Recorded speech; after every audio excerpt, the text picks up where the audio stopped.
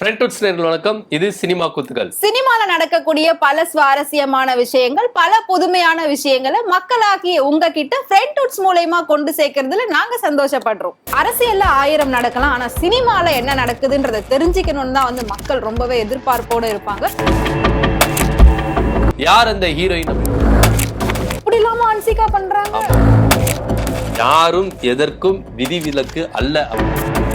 சரி, தலைக்கு வந்த சோதனை மாதிரி நம்ம நினைச்சோம்னா இப்போ அஜித் படம் விசஸ் தனுஷ் படம்.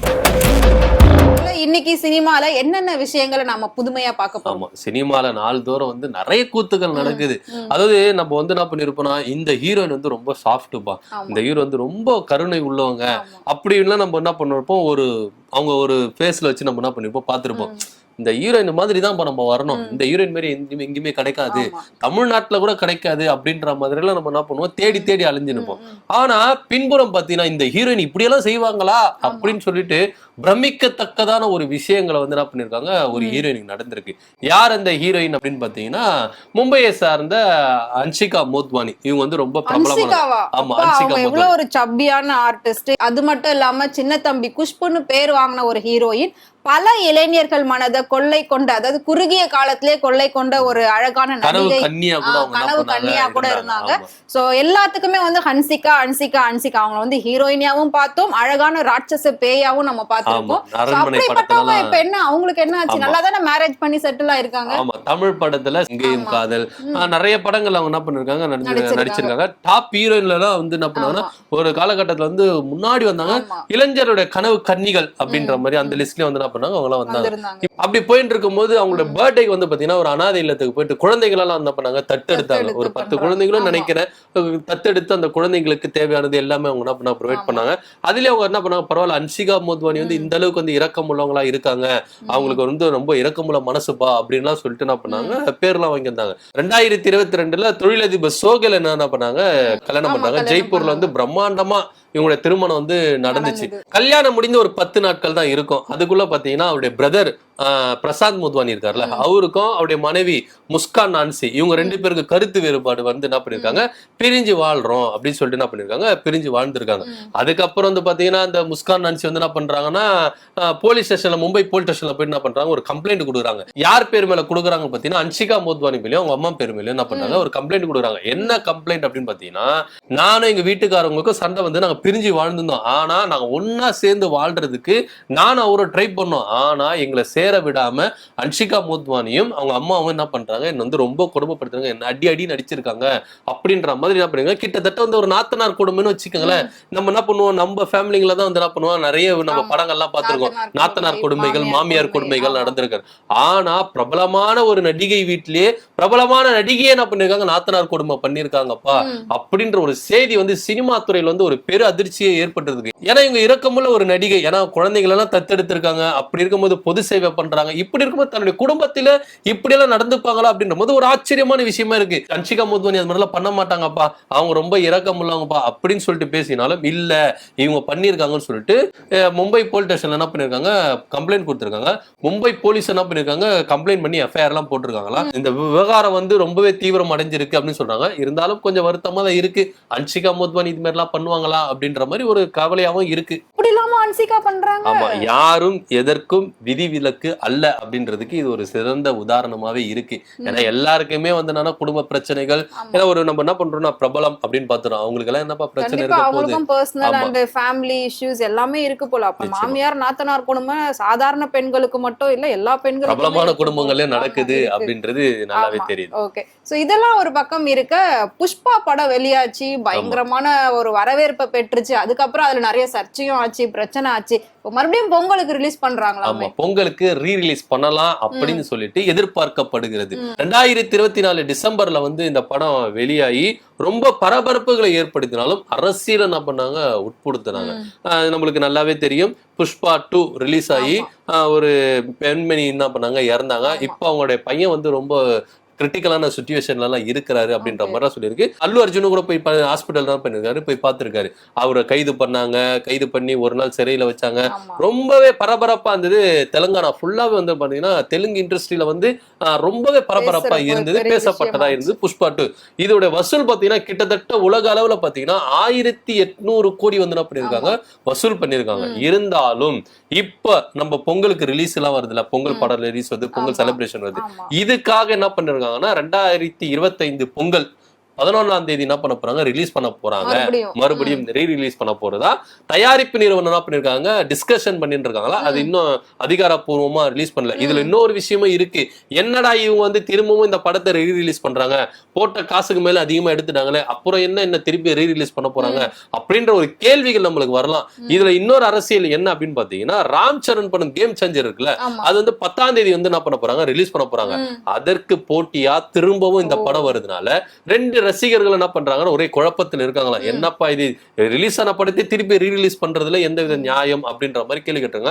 இதுல இன்னொரு விஷயம் நான் சொல்றேன், புஷ்பா 2 படத்துல வந்து கட் பண்ண சீன் எல்லாம் இருக்குல்ல, அதெல்லாம் இணைச்சு திரும்பவும் ரீ ரிலீஸ் பண்ண போறாங்க அப்படின்ற மாதிரி தான் பேச்சுகள் அடிப்படுது.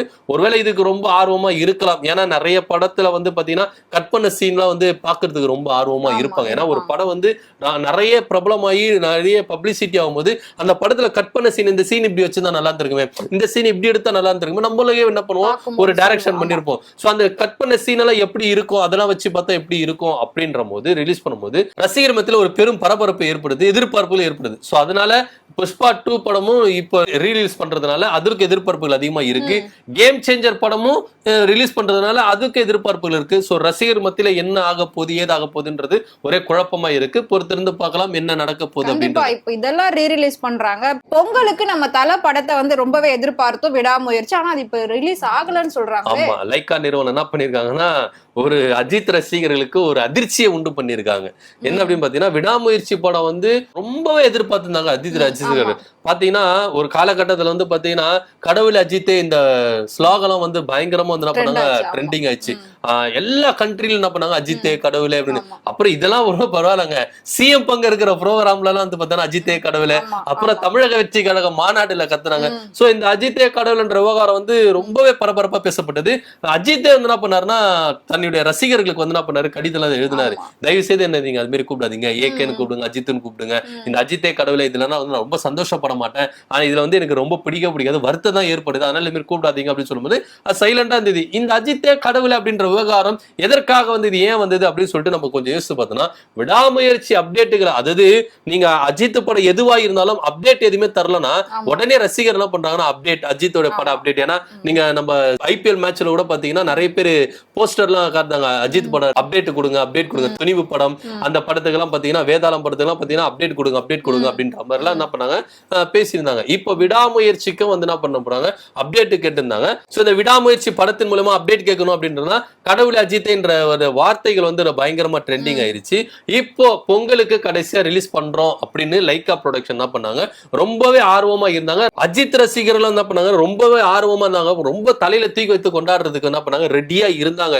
ஏன்னா பாத்தீங்கன்னா தளபதி என்ன பண்ணல, ஃபீல்டுல இல்ல, விஜய் வந்து ஃபீல்டுல இல்ல. ஆனா இருந்தாலும் பொங்கலுக்கு அஜித் படம் வருதுப்பா அப்படின்னு சொல்லிட்டு என்ன பண்ணாங்கன்னா ரொம்பவே ஆர்வத்துல இருந்தாங்க, குஷியில இருந்தாங்க. ஆனா லைக்கா நிறுவனம் என்ன பண்ணிட்டாங்க, அஜித் படம் இப்ப ரிலீஸ் ஆகாது. ஏன் அப்படின்னு பாத்தீங்கன்னா, ஏப்ரல் 10ஆம் தேதி குட் பேட் அக்லின்ற படம் ரிலீஸ் ஆக போகுது. அதனால இப்போ அந்த படத்தை ரிலீஸ் பண்றதுக்கான வாய்ப்புகள் இல்ல. கூடிய விரைவில் அடுத்த அப்டேட் உங்களுக்கு வந்து புதிய அப்டேட், அது ரொம்பவே சந்தோஷத்துக்கூடிய அப்டேட் நான் உங்களுக்கு தரோம் அப்படின்னு சொல்லிட்டு ப்ரொடக்ஷன் நிறுவனம் என்ன பண்ணிருக்கு, சொல்லியிருக்கு. சோ இதனால வந்து அஜித் ரசிகர்கள் வந்து ரொம்ப சோர்வா இருக்காங்க. ஆனா இருந்தாலும் ஏப்ரல் 10ஆம் தேதி இன்னொரு படம் வருது, குட் பேட் அக்லி என்ற படம் வருது, அடுத்து நம்ம வந்து என்ன பண்ணுவோம், கொண்டாடுவோம் அப்படின்றதுல அவங்க ரொம்ப வெயிட் பண்ணிருந்தாங்க. ஆனா ரொம்பவே எதிர்பார்ப்பு விடாமுயற்சி படம். ஏன்னா அதுக்கு வந்து ப்ரீ ப்ரொடக்ஷன் எல்லாமே, போஸ்ட் ப்ரொடக்ஷன் எல்லாமே முடிஞ்சு ரெடியா இருக்கு. ரிலீஸ் தேதி மட்டும் தான் அனௌன்ஸ்மெண்ட் பண்ணணும். அதனால பொறுத்திருந்து பாக்குறாங்க என்ன எப்படி நடக்க போகுது. ஏன்னா பொங்கலுக்கு ரிலீஸ் பண்ண வேண்டியது பொங்கலுக்கு ரிலீஸ் பண்ணல. அதனால வந்து ஏப்ரல் 10ஆம் தேதி தள்ளி போட்டிருக்காங்க. பார்க்கலாம் இன்னும் என்னென்ன நடக்குது அப்படின்றது. சரி, தலைக்கு வந்த சோதனை மாதிரி நம்ம நினைச்சோம்னா, இப்போ நீங்க வந்து ஏப்ரல் 10 குட் பேட் அக்லி ரிலீஸ்ன்னு சொன்னீங்க. சோ கூடவே வந்து போட்டியா தனுஷ் படம் ரிலீஸ் ஆகுது, ஆமா, இட்லி படம். ஆமா, அதாவது எப்பவுமே வந்து பாத்தீங்கன்னா எதனா ஒரு ஃபெஸ்டிவல் பாத்தீங்கன்னா அஜித் விஜய் இவங்க 2 பேருக்கு போட்டி நடக்கும். ஏன்னா பொங்கல் தீபாவளி எல்லாம் பாத்தீங்கன்னா நிறைய படம் வந்து ரிலீஸ் ஆயிருக்கு. அஜித் படம் விஜய் படம் 2 படமும் என்ன பண்ணிருக்காங்கன்னா ரிலீஸ் பண்ணிருக்காங்க, ஒரே டைம்ல ரிலீஸ் பண்ணிருக்காங்க. அப்ப வந்து பாத்தீங்கன்னா அஜித் ரசிகர்களும் விஜய் ரசிகர்களும் அந்த திரையரங்கிலே வந்து ரொம்ப பரபரப்புல வச்சுப்பாங்க. எந்த திரையரங்குல ரிலீஸ் ஆகுதோ அந்த திரையரங்கெல்லாம் பாத்தீங்கன்னா ரொம்ப பரபரப்பாவே இருக்கும். ஆனா இப்ப ஒரு சேஞ்ச், ஏன்னா விஜய் வந்து அரசியலுக்கு வந்துட்டாரு. இப்ப லாஸ்டா ஒரு படம் நினைச்சுட்டு இருக்காரு. அந்த படம் இன்னும் தேதி இன்னும் அறிவிக்கப்படல எப்போ ரிலீஸ் ஆக போகுது. சோ அதனால வந்து என்ன பண்ணாங்கன்னா இப்போ வந்து திரை உலகில வந்து விஜய்க்கு வந்து கொஞ்சம் மவுஸ் கம்மியாயிருச்சு. ஏன்னா வந்து ஒரு படம் ரிலீஸ் ஆகாது. அதனால விஜய் ரசிகர்களும் சரி அஜித் ரசிகர்களும் சரி யார் படத்தை கொண்டாடுறதுக்கு ரெடியா இருக்காங்க அப்படின்னு பாத்தீங்கன்னா அப்கோர்ஸ் நம்ம அஜித் படத்தை தான் என்ன பண்ண போறாங்க, ரிலீஸ் பண்ண போறாங்க. அதுக்கு அவங்க வந்து என்ன பண்ண கொண்டாடுறதுக்கு ரெடியா இருக்காங்க. சோ அரசியல்ல வந்து விஜய் ரசிகர் அஜித் ரசிகர் வந்து விஜய்க்கு சப்போர்ட் பண்றதும், சினிமால வந்து விஜய் ரசிகர்கள் அஜித்துக்கு சப்போர்ட் பண்றதும் இது வந்து ரொம்ப வாடிக்கையாவே இருக்கு. சோ இது வந்து ரொம்ப கொண்டாட்டத்துல இருக்கும் அப்படின்னு சொல்றோம். ஆனா இப்ப டஃப் கொடுக்கிறது தனுஷ் வந்துட்டாரு. தனுஷ் அவரே இயக்கி அவரே நடிக்கிற படம் தான் இட்லி. இந்த படம் ஏப்ரல் 10 ரிலீஸ் ஆகும் அப்படின்னு சொல்லிட்டு அவங்களும் என்ன பண்ணிருக்காங்க, அனௌன்ஸ்மெண்ட் பண்ணிருக்காங்க. சோ விஜய் படமும் அஜித் படமும் போட்டி போட்டு இருந்த இந்த திரையுலகில இப்போ அஜித் படம் விசஸ் தனுஷ் படம் அப்படின்ற ஒரு போட்டி வந்து நிலவுது அப்படின்னு சொல்லும்போது தனுஷ் ரசிகர் மத்தியில் என்ன பண்றாங்க, இதுக்கு ரொம்ப பரபரப்பு எதிர்பார்ப்பு நிறையவே இருக்கு. ஏன் அப்படின்னு பாத்தீங்கன்னா அஜித் ரசிகர்களை காட்டிலும் தனுஷ் ரசிகர் அதிகமா படத்தை வந்து என்ன பண்ணணும், கொண்டாடணும், செலிப்ரேட் பண்ணணும் அப்படின்னு சொல்லிட்டு அவங்க வெயிட் பண்ணிட்டு இருக்காங்க. ஏன் அப்படின்னு பாத்தீங்கன்னா விஜய் படம் அஜித் படம் ரிலீஸ் பண்ணும்போது 2 ரசிகர்கள் மத்தியில் என்ன பண்ணுவாங்கன்னா யாரு பெரிய ஆளு, சும்மா பேசினா மட்டும் போதாது அடிச்சு காட்டு அப்படின்ற மாதிரி 2 பேரும் என்ன பண்ணுவாங்கன்னா ஏடிக்கு போட்டியா பண்ணுவாங்க. இப்போ அஜித் படமும் தனுஷ் படமும் ரிலீஸ் பண்றதுனால இவங்க 2 பேருக்கும் ஒரு போட்டி நிலவும் அப்படின்றமே எதிர்பார்க்கப்படுது. சோ அடுத்ததா அஜித் விஜய் போயிட்டு இப்போ அஜித் தனுஷ் அப்படின்ற ஒரு பேச்சு வந்துடுமோ அப்படின்ற மாதிரி சினிமா திரையுலகில் வந்து ஒரு பேச்சுகள் வந்து இருக்கு. அது எந்த அளவுக்கா இருக்கும் அப்படின்றது ஏப்ரல் 10 தெரிஞ்சிடும். ஏன்னா 2 படமும் ரிலீஸ் ஆகுது ஏப்ரல் 10 கூடிய விரைவில் அது தெரிஞ்சிடும். சரி, இதெல்லாம் இருக்கட்டும். நார்மலா ஒரு விஷயம் சொல்லுவாங்கல்ல, ஓவர் கான்பிடென்ட் உடம்புக்கு ஆகாதுன்னு சொல்லுவாங்க. அப்புறம் பெரிய எக்ஸ்பெக்டேஷன் வந்துட்டு டிசப்பாயிண்ட்ல தான் முடியும்னு சொல்லுவாங்க. ஸோ அந்த மாதிரி கங்குவா படம் அவரது வந்து சூர்யா சார்து வந்து பயங்கர ஒரு எக்ஸ்பெக்டேஷனோட வந்த ஒரு படம். ஆனா அதுலயுமே ஒரு சில சர்ச்சைகள்லாம் வந்துச்சு. அதனால அவங்க குடும்பத்திலேயே பல பிரச்சனைகள் வந்துச்சு. ஆனா இப்போ எல்லாருக்கும் நோஸ் கட் பண்ற மாதிரி அந்த படம் ஆஸ்கருக்கு நாமினேட் ஆயிருக்கு. இது ரொம்பவே வரவேற்கத்தக்கது. ஏன்னா ஆஸ்கார்ல ஒரு படம் வந்து உள்ள போகுது அப்படின்னாலே அது வந்து கொஞ்சம் பெரிய விஷயமா தான் பார்க்கப்படுது. ஏன்னா கங்குவா படம் ரிலீஸ் பண்ணிட்ட பிறகு பாத்தீங்கன்னா ரொம்ப நெகட்டிவ் தாட்ஸ் தான், ரொம்ப நெகட்டிவ் கமெண்ட்ஸ் தான் அவங்க இந்த படத்துக்கு வந்தது. ஜோதிகா கூட வந்து பாத்தீங்கன்னா படத்துல வந்து மியூசிக் வந்து கொஞ்சம் எரிச்சலாவே இருக்கு அப்படின்ற மாதிரி நெகட்டிவ் கமெண்ட்ஸ் எல்லாம் அவங்க கொடுத்தாங்க. என்னதான் பாசிட்டிவ் கமெண்ட்ஸ் கொடுத்தாலும் நெகட்டிவ் கமெண்ட்ஸ் அவங்க என்ன பண்ணாங்க கொடுத்தாங்க. ஸோ கங்குவா படம் பாத்தீங்கன்னா எல்லாருமே நீங்க வந்து ரசிகர்கள் மத்தியிலும் சரி திரை விமர்சனங்கள் சரி யாரா இருந்தாலும் என்ன பண்ணாங்கன்னா எல்லாருமே இந்த படத்தை கழுவி கழுவி பொழிச்சுன்னு ஊத்துன அந்த காமெடி மாதிரி எல்லாருமே கழுவி பொழிச்சு ஊத்துனாங்க. ஆனா இருந்தாலும் எல்லாருக்கும் நோஸ் கட் பண்ற மாதிரி கங்குவா படம் வந்து ஆஸ்கார் விருது போயிருக்கு. இந்த படம் மட்டும் இல்ல, ஒரு சில படங்களும் போயிருக்கு. என்ன படம் பாத்தீங்கன்னா ஆடு ஜீவிதம், ஆல்வி, இமேஜின் ஆஸ்லைட், அப்புறம் லாபதா லேடிஸ், இந்த படம்லாம் என்ன பண்றாங்க சுற்றுக்கு போயிருக்கு. இதுல வந்து லாபதா லேடிஸ் மட்டும் தான் பண்ணிருக்காங்க, வெளியே வந்துட்டு இருக்கு. இப்போ அடுத்த கட்ட சுற்றுக்கு வந்து இந்த படம்லாம் இருக்கு. இது வந்து 11, 12 இந்த தேதிகளை வந்து அடுத்த சுற்றுக்கு தகுதிப்படும். இந்த சுற்றுல எந்த படம் வெளியே வருது அப்படின்னு பார்க்கலாம். கிட்டத்தட்ட வந்து 300 படம் வந்து என்ன பண்ணிருக்காங்க உள்ள போயிருக்கு. 207 படம் வந்து என்ன பண்ணிருக்காங்க செலக்ட் பண்ணிருக்காங்க. அடுத்த கட்டமா ஜனவரி 17 அடுத்த சுற்றுக்கு எந்தெந்த படம் உள்ள போகுது, அப்படி எந்த படம் வெளியே வருது அப்படின்றத ரிசல்ட் சொல்லுவாங்க. சோ கூடிய விரைவில் கங்குவா படம் என்னதான் வந்து ரசிகர் மத்தியிலும் திரையரங்குல தோல்வியுற்றாலும் ஆஸ்கார் விருதுக்கு உள்ள போயிருக்கு அப்படின்றதுல அவங்களுக்கு ஒரு பெரிய ஆட்ஸாப்பே கொடுக்கணும். ஏன்னா இந்த படத்துக்கு ரொம்பவே நெகட்டிவ் தாட்ஸ் நிறையவே வந்தது. ஆனா இருந்தாலும் இந்த நெகட்டிவ் எல்லாம் உடைச்சு எரிஞ்சு ஆஸ்கார் விருதுக்கு அந்த தகுதி சுற்றுக்கு உள்ள போயிருக்குன்னா அதுவே ரொம்பவே என்ன பண்ணும், தமிழர்கள் ஆகிய நம்ம என்ன பண்ணும் கொண்டாடணும். ஏன்னா சூர்யா படம் தமிழர் படம் வந்து உள்ள போயிருக்கு அப்படின்றதுல எந்தவித மாற்று கருத்து இல்ல. ஆனா இந்த படம் கூடிய விரைவில் ஆஸ்கார் விருது வாங்குதா இல்லையா அப்படின்றத பெரிய ட்விஸ்ட். ஆனா இருந்தாலும் இந்த படம் உள்ள போயிருக்குப்பா, அதை பொறுத்த வரைக்கும் சந்தோஷப்பட்டுக்கலாம் அப்படின்ற மாதிரி ஒரு சிலர் என்ன பண்றாங்க, சூர்யா ரசிகர்கள் ரொம்பவே வரவேற்று என்ன பண்றாங்க செலிப்ரேட் பண்ணிட்டு இருக்காங்க. பொறுத்திருந்து பார்க்கலாம் என்ன நடக்குது அப்படின்னு. கண்டிப்பா சினிமால இவ்வளவு நடந்திருக்கு அப்படிங்கிற காரசாரமான விஷயங்களை வந்து இப்ப நாம பேசியிருக்கோம். அரசியல்ல 1000 நடக்கலாம், ஆனா சினிமால என்ன நடக்குதுன்றதை தெரிஞ்சுக்கணும்னு தான் வந்து மக்கள் ரொம்பவே எதிர்பார்ப்போட இருப்பாங்க. சோ அதை பூர்த்தி செய்யற மாதிரி தான் இன்னைக்கு இவ்வளவு விஷயங்களை நாங்க வந்து உங்ககிட்ட கொண்டு சேர்த்திருக்கோம். சோ இதே மாதிரி சினிமால நடக்கக்கூடிய நிறைய விஷயங்களை இந்த ஒரு வீடியோல நீங்க தெரிஞ்சுக்கலாம். சோ இப்படி நீங்க தெரிஞ்சுக்கணும் அப்படின்னா தொடர்ந்து நீங்க ஃப்ரெண்ட் டூன் சேனலை ஃபாலோ பண்ணிக்கோங்க. நன்றி வணக்கம். நன்றி வணக்கம்.